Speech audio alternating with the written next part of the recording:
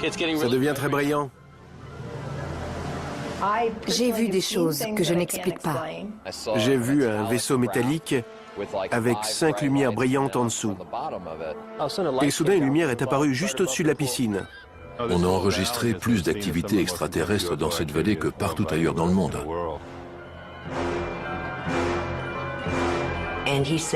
Il m'a demandé de les suivre et j'ai dit non. Mais il m'a quand même emmené. Les extraterrestres existent.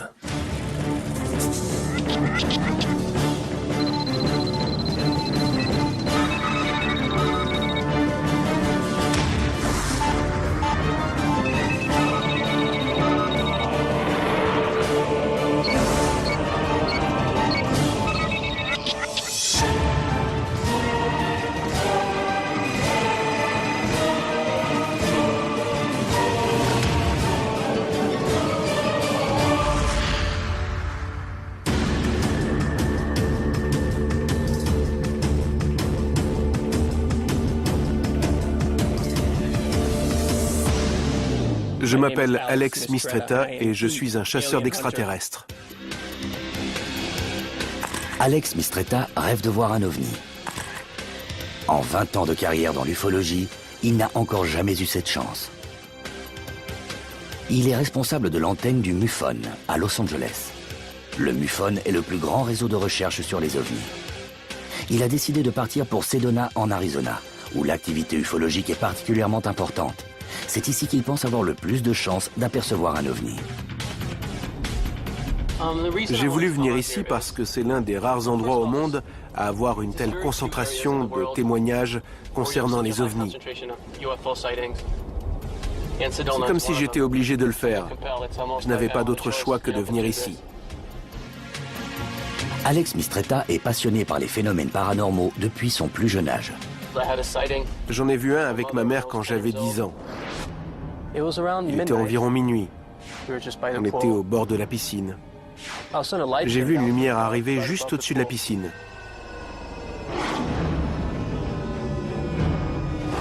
La lumière recouvrait toute la surface de l'eau. Elle était à pas plus de 5-6 mètres au-dessus de nos têtes. Elle est restée là au moins 20 ou 30 secondes. Et puis elle est partie. Et après une telle expérience, on ne peut que devenir accro. Mais cette fascination pour Sedona est née principalement d'une photo prise dans le désert. Cette femme a pris une photo et il y avait comme un écran de télé au-dessus du désert. Et à l'intérieur, on voyait un ovni. Et une fois la photo développée, on pouvait voir comme une sorte de passage. Et dans le coin gauche de cette ouverture, on distinguait la forme d'une petite personne ou je ne sais quoi d'autre. Sedona est une ville unique en son genre. Un mélange éclectique d'adeptes du spiritisme New Age et de guérisseurs se mélange à tous ceux qui sont attirés par les formations géologiques magnétiques et les activités paranormales qui se produisent à Sedona. Beaucoup pensent que ce désert détient la plus grande concentration d'énergie mystique du monde. Cette énergie se manifeste par un ensemble de lignes invisibles appelées les lignes Ley. Des noyaux d'énergie ou vortex sont créés quand les lignes se rencontrent, ouvrant ainsi une porte vers une autre dimension. Je pense que Sedona a tout simplement une énergie plus importante parce qu'elle a 4 vortex majeurs dans un espace très limité. Un vortex est un foyer d'énergie. Et soit cette énergie quitte la Terre pour s'échapper vers l'univers, soit elle vient de l'espace pour venir sur Terre. Je vis ici depuis 20 ans et je trouve que c'est un endroit très spécial. On a l'habitude de travailler avec les lignes Ley. Et quand 2 de ces lignes se croisent, ça crée une sorte de porte. Et toutes sortes d'êtres vivants venant d'autres dimensions peuvent passer ou voir à travers cette porte. C'est un peu comme un miroir. Ces sites chargés d'énergie semblent émettre une étrange énergie guérisseuse. J'ai été témoin de guérisons incroyables.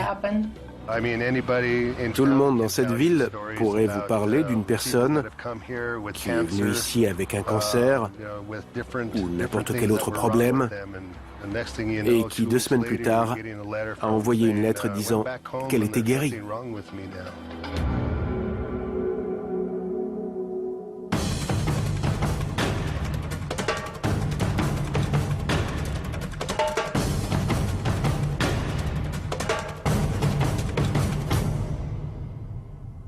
Mis à part leur pouvoir guérisseur, ces vortex, situés au milieu d'une chaîne de montagnes, semblent servir de transmetteurs et de repères pour les voyageurs intergalactiques. Aucun autre endroit au monde n'a été témoin d'autant d'apparitions d'ovnis et de lumières étranges. J'ai vu des choses que je n'explique pas. J'ai vu des lumières, des objets. Il y a eu ces lumières, et tout le monde a dit « Regardez ces lumières !» Alors j'ai attrapé les jumelles de mon père pour les regarder, et j'ai vu un vaisseau en métal avec 5 lumières brillantes en dessous. Il y avait cette petite lumière bleue. On l'a regardée, et elle est partie comme une flèche. Ensuite, il y a eu comme 2 petites lumières qui se sont mises à tournoyer avant de se déplacer d'un coup. Et puis elles sont revenues et ont recommencé à tournoyer. Et au moment où on s'est dit que ça devait être 2 avions de chasse en train de se suivre, elles ont disparu en un éclair.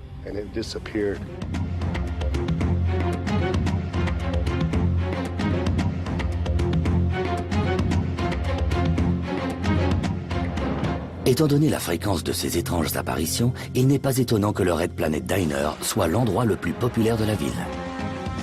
C'est également l'endroit idéal pour les recherches de notre ufologue Alex Mistretta, qui espère bien confirmer ses croyances. Le phénomène est très difficile à étudier parce que ça ne dure qu'un court instant. Et ça peut ne pas se reproduire avant 10 ou 20 ans. Alors qu'ici, ça se produit constamment. Même si certaines personnes de la région ont déjà aperçu un ovni, Alex Mistretta n'aura peut-être pas cette chance. Il mise sur les prochaines semaines pour y parvenir.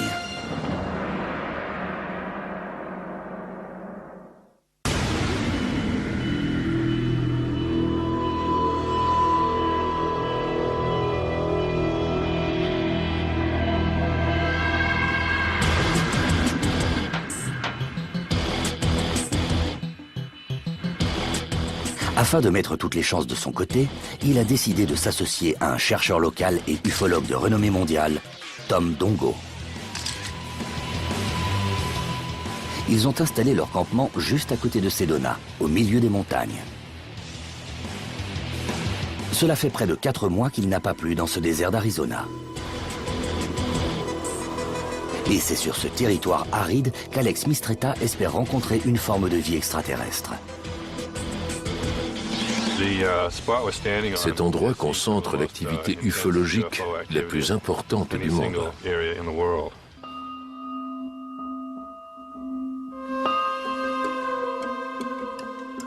Au cours de ces 20 dernières années, Tom Dongo a rassemblé une collection de photos d'ovnis impressionnantes. La plupart ont été prises à cet endroit précis et non loin du ranch de sa collègue et amie, Linda Bradshaw. Quand avez-vous pris ça? Il y a environ 14 ans. Ce sont des ovnis en plein décollage. Ils sortent des arbres et commencent leur ascension. C'est le moment où ils sont le plus exposés. Ça dure environ 3 minutes. La majorité des vaisseaux et des extraterrestres que Tom a photographiés étaient invisibles à l'œil nu. C'est une de mes préférées. Elle était prise au ranch de Linda Bradshaw. Ça devait être en 1994. Et comme d'habitude, on se promenait la nuit. On prenait des photos avec un appareil 35 mm. On était 6 ce soir-là. Et là, on voit quelqu'un qui tient quelque chose dans la main. Il a des oreilles pointues, un peu comme dans Star Trek, des yeux oranges, un visage très long et il porte des vêtements blancs. La première chose qu'on a faite quand on a développé cette photo, c'est vérifier les vêtements de chacun. Et personne n'était habillé comme ça. C'était une créature invisible à l'œil nu, mais que l'appareil photo n'a pas manqué. L'œil humain a une vision très limitée et ne peut pas distinguer tous les objets. Mais avec un appareil 35 mm, cette vision est augmentée de 80%. Il y a donc des choses qui apparaissent sur les photos et que l'homme, lui, ne peut pas voir. L'extraordinaire collection de Tom Dongo contient des images uniques que peu de personnes dans le monde ont réussi à immortaliser. Il dit avoir obtenu ces clichés en prenant des photos au hasard, la nuit, dans le désert. Pourquoi on aperçoit autant d'ovnis ici? La magie de cet endroit, c'est que c'est loin de tout et que c'est probablement l'un des plus beaux endroits de la planète. Mais le principal critère, c'est que c'est au milieu de nulle part. Et on ne sait pas vraiment pourquoi, mais il y a toujours eu beaucoup d'activités ufologiques dans ces canyons.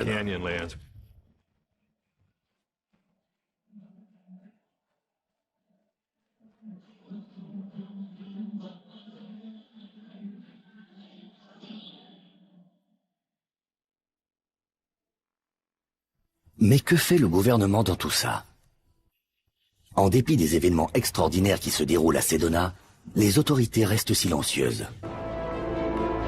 Tom Dongo pense que le gouvernement mène ses propres recherches. D'après les services de renseignement, on sait que le gouvernement s'occupe des extraterrestres depuis 1943, voire depuis les années 30.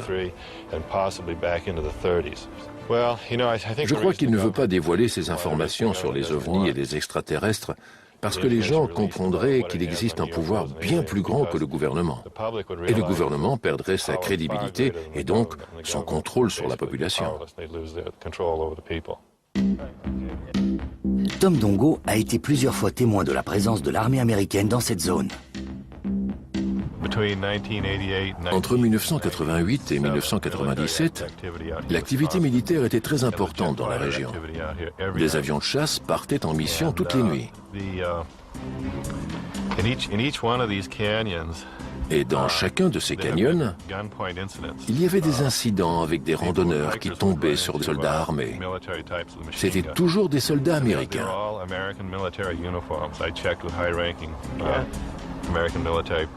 J'en ai parlé à des gradés de l'armée américaine et quand je leur ai décrit les uniformes, ils m'ont dit que c'était bien des uniformes de l'armée. Mais il n'y avait aucun insigne dessus. Il devait y avoir une base cachée quelque part par là. Il y a une dizaine d'années, il y avait 12 personnes en haut de cette colline là-bas et ils ont entendu le bruit d'un avion de chasse. C'est un son qu'on reconnaît forcément. Un avion est donc passé au-dessus de la crête là-bas avant de redescendre dans la vallée et de survoler les arbres. Et ça se produisait souvent.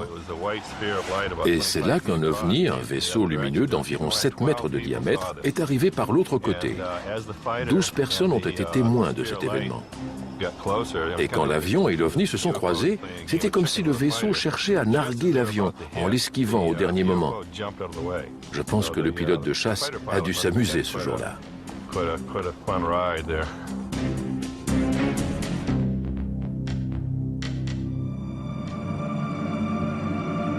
Tom Dongo est l'un des ufologues les plus réputés dans le monde. Il a son lot de photos incroyables et d'histoires extraordinaires. Il affirme également avoir vu plusieurs fois des formes de vie extraterrestres. Alex Mistretta est impatient de découvrir l'endroit où se sont déroulés ces étranges événements. Un soir, je me suis retrouvé sur cette colline. Je revenais du ranch de Linda Bradshaw. Et au loin, j'ai aperçu une lumière blanche qui me suivait derrière les arbres. C'était un vaisseau en forme de soucoupe d'environ 15 mètres de diamètre, avec une lumière multicolore tout autour. J'étais très fatigué et je me suis dit que j'étais pas d'humeur à supporter ce genre de choses. Et au moment où j'ai pensé ça, le vaisseau s'est immobilisé et resté là pendant quelques instants avant de disparaître en une fraction de seconde. Je ne sais pas qui ils étaient, mais ils ont entendu mes pensées. D'après les témoignages de Tom Dongo et de bien d'autres, ce désert chargé d'énergie semble attirer une grande variété de formes de vie extraterrestres. Certaines apparaissent sous forme de boules d'énergie brillante appelées orbes. Récemment, Tom et d'autres témoins disent avoir vu des lumières brillantes dans le ciel. Ils volaient en tandem au-dessus des montagnes. C'était une formation parfaite. Ils étaient juste en face de moi et ils émettaient une lumière qui s'étendait sur un rayon de 15 mètres. C'était une expérience extraordinaire. Tout au long de la semaine, les deux hommes reviendront régulièrement sur ce site à la recherche d'ovnis et d'extraterrestres. La forte activité paranormale de Sedona a permis aux habitants de la région d'inaugurer de nombreuses techniques, aujourd'hui utilisées dans le monde entier. Parmi elles, la photographie d'orbes. Les orbes ont longtemps été associés aux activités paranormales et peuvent aider Alex Minestra à comprendre ce qui se passe dans la région. Là, on distingue bien 7 visages. Et parmi eux, il y a 3 hommes. On ne les voit pas tous très bien, mais je crois qu'il y a aussi 3 femmes. C'est très bizarre, très étrange. C'est la seule photo de ce genre dans le monde. Je n'ai jamais vu ni entendu parler d'une telle photo. C'est pour ce genre de preuves qu'Alex Mistretta est venu à Sedona. Des preuves qui lui font penser qu'il a peut-être une chance de voir enfin un ovni de ses propres yeux.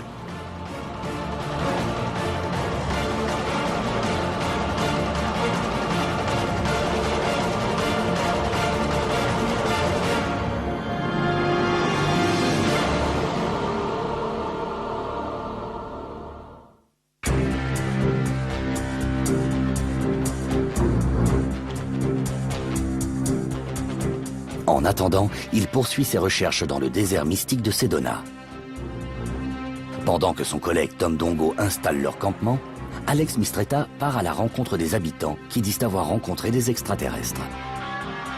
Aucune de leurs expériences n'égale celle de cette femme.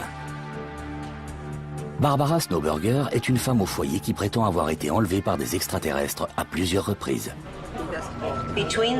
Entre mes 3 ans et demi et mon entrée à l'école primaire, c'est arrivé au moins 25 ou 30 fois. J'ai peu de souvenirs de ce qui s'est passé quand j'étais à bord du vaisseau, mais je me souviens de ce vaisseau et je sais que je n'avais pas peur du tout. J'étais même enthousiaste parce que je savais qu'ils allaient venir. Barbara a vécu une vie des plus normales.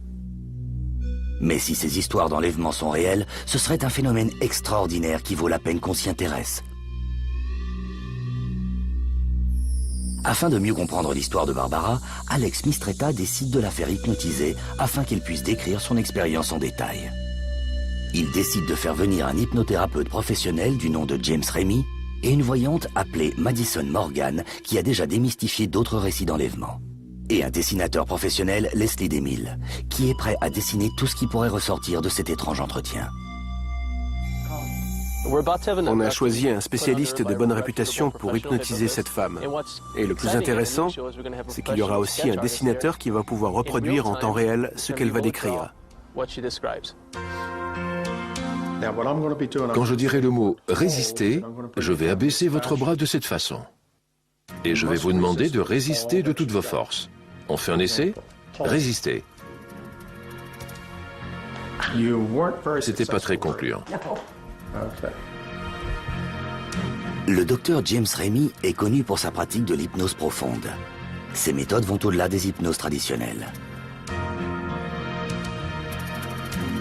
James Remy a réussi à développer une technique permettant de briser les barrières du subconscient. À travers une longue série d'exercices et de questions, le patient sombre progressivement dans un état profond de relaxation. Cela lui permet de se lier psychologiquement avec sa patiente et de déterminer si elle a bien été enlevée par des extraterrestres. Ce dont je suis sûr pour l'instant, c'est qu'elle a bien vécu quelque chose d'inhabituel dans cette vie, ou dans une autre. Maintenant, on va pouvoir passer à la prochaine étape. Je vais commencer à compter. À mesure qu'il travaille sur différents niveaux d'hypnose, le Dr Remy encourage Barbara Snowburger à sombrer dans l'inconscient. Votre corps est détendu. Votre esprit est détendu. De cette façon, on empêche le conscient d'intervenir. On peut ainsi mettre tous les souvenirs fictifs de côté, c'est-à-dire tout ce qui peut provenir de ce qu'elle a vu à la télé, de ce qu'elle a lu, de ce qu'elle a entendu dire. On peut éliminer toutes ces interférences par l'hypnose. Dans quelques instants, je vais vous demander d'ouvrir les yeux. Je vais vous demander de compter de 1 à 10 et vous allez vous apercevoir que le chiffre compris entre 7 et 9 aura disparu. Il n'a jamais existé. Maintenant, vous allez ouvrir les yeux à 3. J'y vais. 1, 2, 3. Ouvrez les yeux. Maintenant, vous allez compter jusqu'à 10 très rapidement. 1, 2, 3, 4, 5, 6, 7, 9, 10. Fermez les yeux et laissez votre corps se détendre. Laissez-vous aller. Bien sûr, elle n'a plus conscience de rien maintenant. Et si son subconscient veut bien coopérer, tout ce qu'elle nous dira maintenant sera basé sur des faits réels. James Remy oblige Barbara à remonter dans le temps et à revivre son enfance au cours de laquelle elle affirme avoir été enlevée à plusieurs reprises par des extraterrestres. Qu'est-ce que vous voyez? Qu'est-ce que vous ressentez? Qu'est-ce que vous vivez? Je pense qu'ils me cherchent.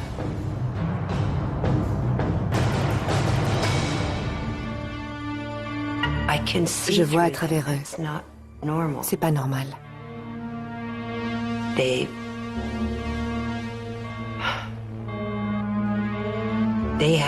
Ils ont un visage. Ils ont des bras, des pieds. Ils ont quelque chose de long, comme une longue cape. Mais c'est pas vraiment une cape. Mais je vois quand même au travers. Vous dites qu'ils ont un visage. Décrivez-le nous.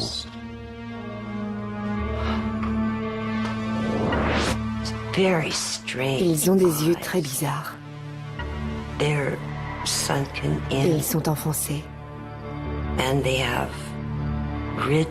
ont comme des saillies à la place des sourcils. Et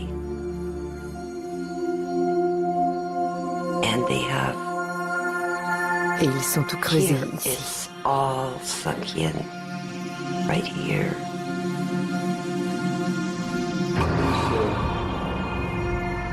Afin que les différents témoins puissent interroger Barbara, le docteur Remy sort sa patiente de son hypnose profonde pour la mettre dans un état semi-conscient. Leurs yeux étaient différents comment? Creux? Pas creux, mais enfoncés. Pour Leslie DeMille, habituée à dessiner le portrait des présidents et autres célébrités, c'est une expérience unique. Ils avaient des cheveux? Non, Ils avaient un gros crâne? oui. Et dans quel environnement ils étaient? On était dans une pièce dans laquelle il y avait des radios ou des sortes de cadrans. Mais je voyais au travers aussi. Ils se tenaient debout devant moi et je crois que j'étais assise, les jambes croisées. Sur... Je sais pas trop quoi parce que je voyais au travers aussi.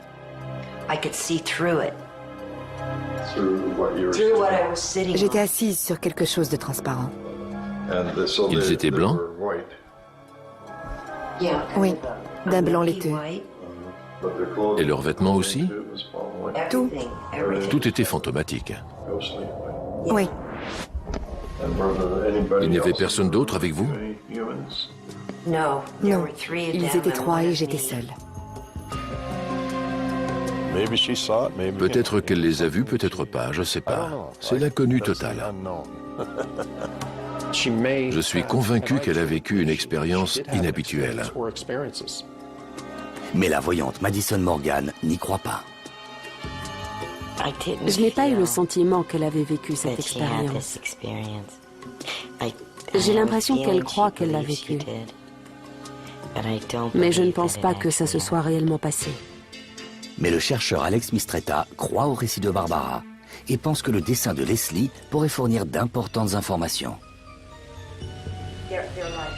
Le dessin était une bonne idée et je suis impatient de voir le résultat final. Qu'elle ait été enlevée ou non, Barbara Snowburger est capable de décrire avec une grande précision ce qu'elle croit avoir vécu. Si son histoire est bien réelle, qui sont ces extraterrestres et à quoi ressemblent-ils? Pour la première fois, un dessinateur va répondre à cette question brûlante en interprétant les descriptions données par une victime d'enlèvement.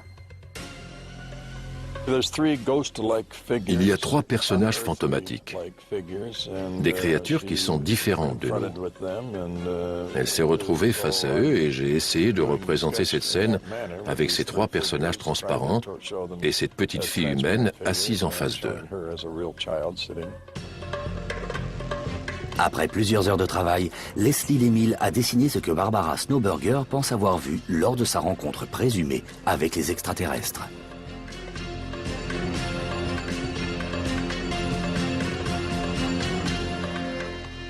Ce dessin réalisé grâce à des descriptions faites sous hypnose est une étape importante dans l'enquête d'Alex Mistretta. Mais il cherche bien plus qu'un dessin. Ce qu'il veut, c'est rencontrer ces êtres personnellement. Et il est bien décidé à y parvenir.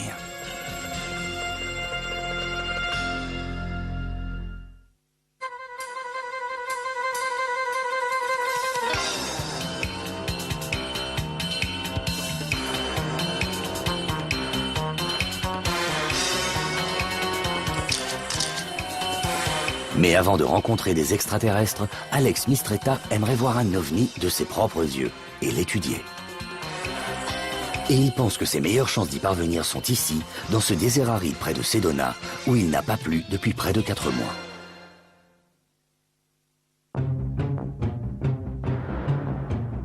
Ce que j'aime dans mon rôle de chasseur d'ovnis et d'extraterrestres, c'est que je passe mon temps sur le terrain. J'aime partir en expédition pour mes recherches. Et c'est pour ça que je suis ici. J'essaie de trouver des indices, quelque chose de nouveau. Ça va être intéressant. Mais l'indice le plus important, c'est la quantité de témoignages concernant les ovnis.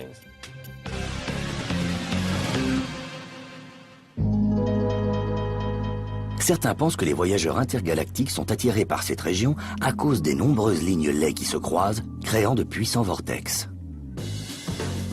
D'après Alex Mistretta, les vortex seraient un point de rassemblement pour les êtres venant de différentes dimensions et toutes les formes de vie extraterrestres. La découverte de l'endroit où ces énergies convergent pourrait être la clé de la quête d'Alex Mistretta. Il décide donc de faire appel aux radiesthésistes Bill Hassel et Tammy Pennington.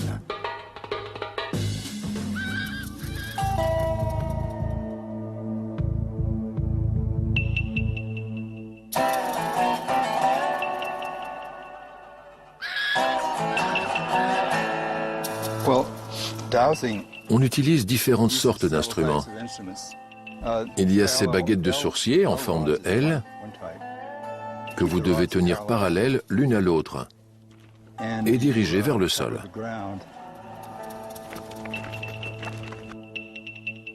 Bill et Tammy utilisent des baguettes de sourcier pour trouver un vortex ou une source d'énergie dans le désert. Bill Hassel est responsable de l'antenne du MUFON à Sedona. Il pense que la découverte d'un vortex est la première étape dans la recherche des ovnis. Bell Rock est l'endroit idéal parce qu'on sent la présence de vortex. Et il y a eu beaucoup d'activités paranormales ici. Les vortex sont bien présents. Et il se passe beaucoup de choses paranormales à cause de la présence de cette énergie. C'est une sorte de piste d'atterrissage pour ceux qui viennent d'une autre dimension. C'est une zone circulaire. Avec une énergie en rotation.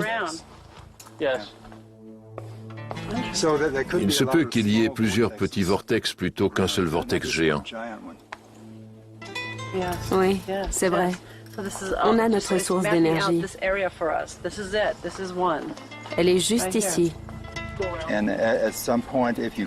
Quand vous passez sur un stress géopathique ou un vortex, les baguettes se croisent comme ça. Ce qui est intéressant, c'est qu'ils sont partis chacun de leur côté au départ et qu'ils se sont retrouvés au même endroit, là où ils pensent avoir découvert un vortex.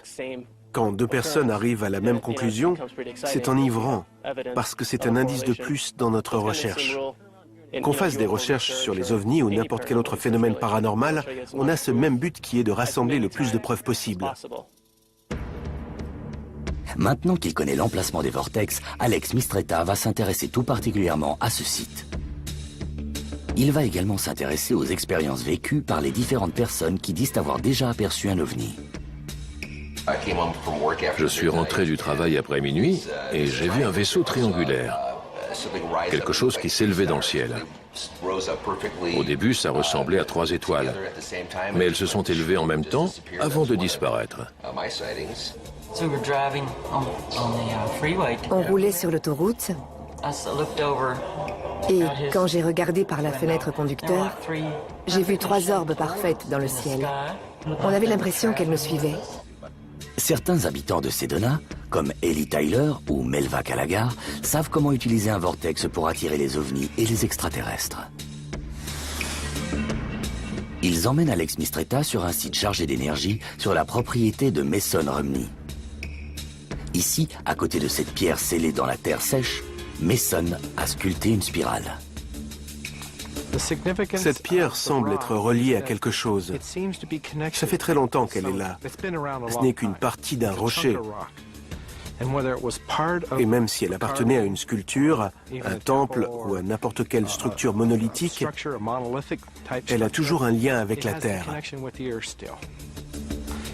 Et quand on se tient à côté de cette pierre, ou qu'on s'assoit dessus, vous permettez à ce 6e sens de s'exprimer. La spirale est conçue pour attirer l'attention des gens. Et ils sont obligés de s'y intéresser, que ce soit consciemment ou inconsciemment. Le groupe décide d'installer une structure en 3 dimensions sur le site. Elle a été conçue par Ellie Tyler.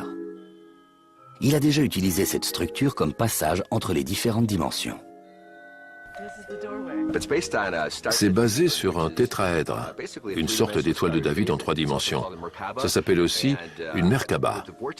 On va se servir des vortex présents ici pour installer une Merkaba cuivre de 2 mètres de haut pour pouvoir entrer à l'intérieur. De cette façon, on pourra entrer en contact avec les extraterrestres qui sont dans la 3e, 4e, 5e ou je ne sais quelle autre dimension. J'espère qu'on réussira à communiquer. Je vais mettre un cristal en haut, un autre en bas et un à chaque pointe. Ce sont juste des morceaux de quartz. C'est un moyen de rendre le système plus efficace. Le groupe va essayer la structure pendant quelques heures, dans l'espoir que les cristaux provoquent l'apparition d'activités paranormales. Pendant ce temps, Alex Mistretta part à la recherche d'autres témoignages en rapport avec des ovnis. Chet Snow en a fait l'expérience dans son propre jardin. Avec ma femme, on est sorti de la maison et on s'est demandé si tout ça était réel. Et c'était juste là, juste au-dessus de nos têtes, au-dessus de ces lignes électriques et de ces arbres. C'est là qu'on a vu une étoile filante monter vers le ciel plutôt que de tomber vers le sol, comme toutes les étoiles filantes. Et ça a duré 30 secondes, peut-être 45. C'était une lumière très brillante qui est montée avant de disparaître. Chet a également remarqué un phénomène étrange sur une photo qu'il a prise de sa femme et d'une amie à côté de sa maison. La première photo était tout ce qu'il y a de plus normal. Mais sur la deuxième, il y avait ce vortex d'énergie en pleine activité. C'est invisible à l'œil nu. Quand vous avez pris la photo, vous ne saviez pas qu'il était là? Non, pas du tout. J'ai juste pris 2 photos l'une après l'autre.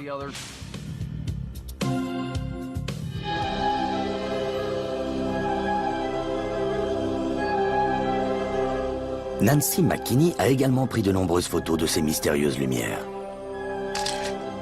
Certaines étaient visibles à l'œil nu, d'autres n'apparaissent que sur la photo. Presque à chaque fois que j'ai aperçu une de ces lumières, elles étaient apparues d'un seul coup dans le ciel.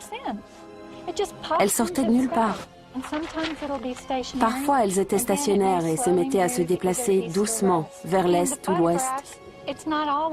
Sur les photos, elles n'étaient pas toujours circulaires. Elles prenaient différentes formes. Et sur certaines, il y avait comme des taches noires au centre. Comme si c'était des fenêtres ou quelque chose comme ça.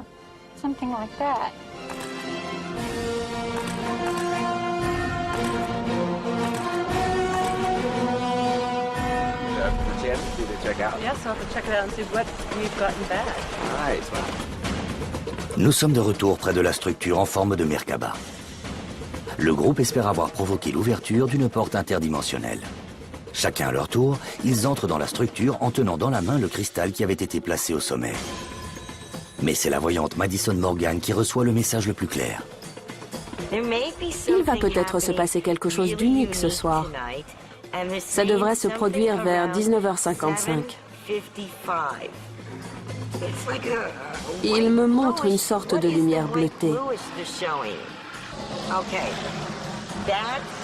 Ok, ils veulent nous montrer quelque chose à 19h55. Quelque chose de bleuté? Tout le groupe semble penser que quelque chose se produira à 19h55, mais Alex Mistretta n'en est pas convaincu.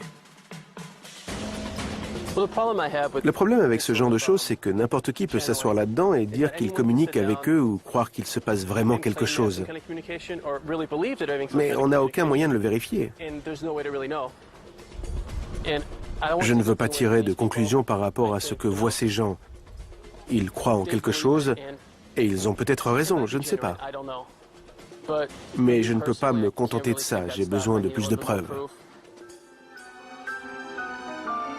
Alex Mistretta aimerait pourtant que ses prédictions soient vraies. Il pourrait enfin voir un ovni de ses propres yeux.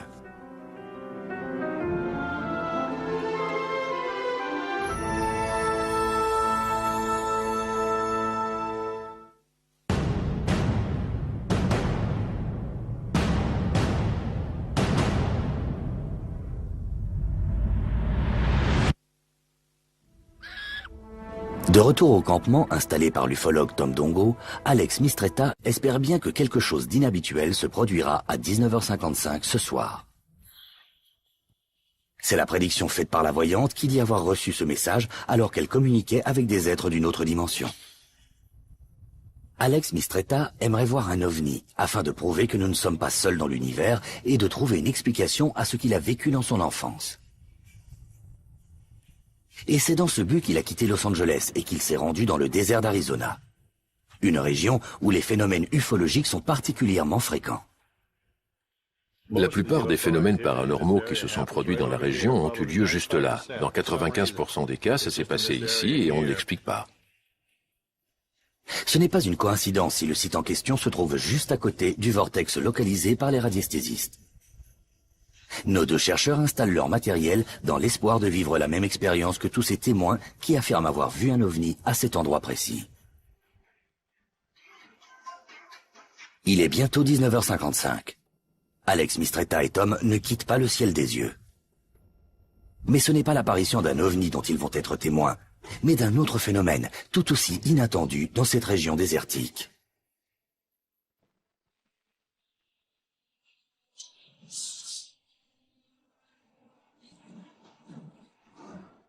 À 19h55, il commence à pleuvoir. Première goutte de pluie depuis 4 mois. Quand c'est arrivé, j'ai pas fait le lien tout de suite avec l'heure, parce que j'avais entendu beaucoup de choses. Mais ce qui est sûr, c'est qu'à 19h55, il a commencé à pleuvoir et à grêler. Apparemment, il n'y avait pas eu une seule goutte de pluie depuis plus de 139 jours. Et je n'y pensais pas à ce moment-là. Mais plus tard, j'ai réalisé qu'il avait commencé à pleuvoir à 19h55. Alex Mistretta est surpris par l'exactitude de la prédiction. Alors que la pluie commence à faiblir, les deux hommes se tournent de nouveau vers le ciel. À un moment, il y a eu une sorte de... Oh, regarde cette lumière là-bas. Ah, c'est intéressant. Soudain, une chose étrange apparaît dans le ciel. Je ne crois pas que ce soit un avion. Sur un avion, on voit la lumière stroboscopique. Mais c'est à ça que ressemble un ovni au premier abord.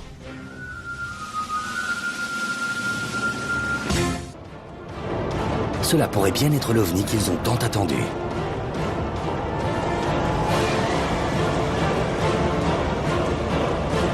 À l'aide de jumelles à vision nocturne, ils comptent bien résoudre ce mystère. C'est pour ce genre d'expérience qu'Alex Mistretta a fait le voyage.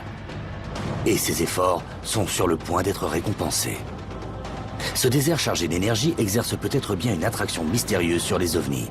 C'est le moment qu'Alex Mistretta attendait depuis toujours. Elle est immobile dans le ciel. Maintenant, la lumière stroboscopique supérieure rejoint la lumière inférieure.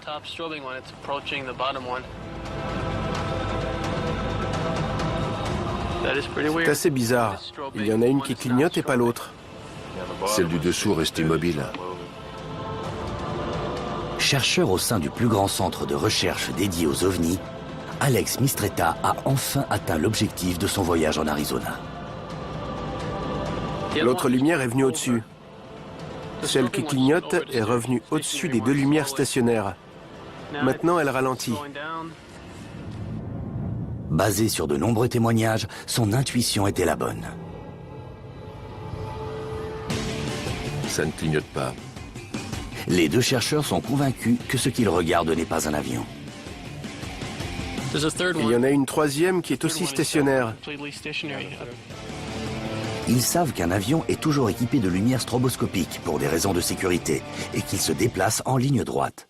Tout le contraire de ces objets étranges. La troisième lumière est immobile et ne clignote pas. Elle bouge pas du tout. Non. Donc c'est pas un avion. C'est ce genre de phénomène qui a rendu célèbre ce désert. Les trois objets se ressemblent.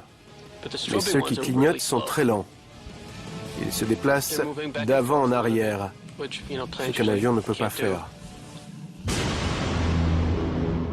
L'ufologue Alex Mistretta découvre ce qui se passe dans ce mystérieux désert pour la première fois.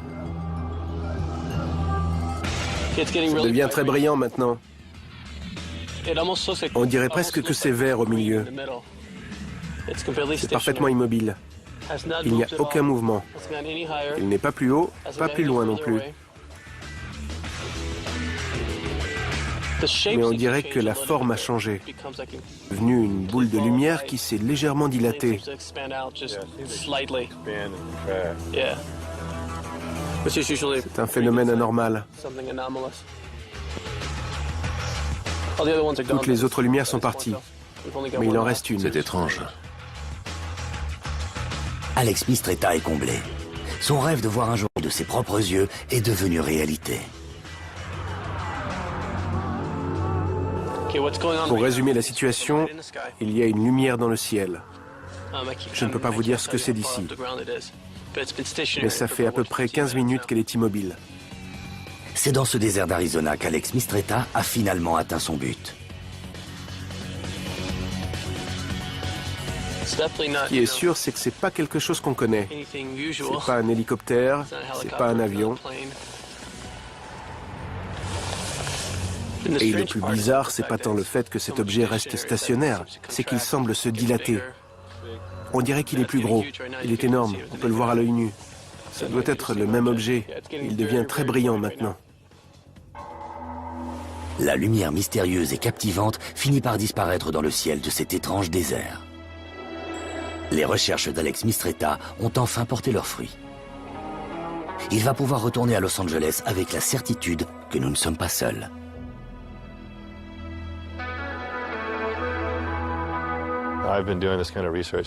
Je fais ce genre de recherche depuis 20 ans et je sais que les extraterrestres existent. C'est une certitude. On estime même qu'il existe environ 16 espèces d'extraterrestres sur Terre. J'ai personnellement vu des centaines d'ovnis. J'ai vu 6 vaisseaux extraterrestres. Si je pouvais porter à l'écran les choses que j'ai vues, le monde serait complètement bouleversé. Je n'ai aucun doute sur l'existence des extraterrestres dans cette dimension ou sur cette planète. On ne peut pas les voir, mais ils sont là, avec nous.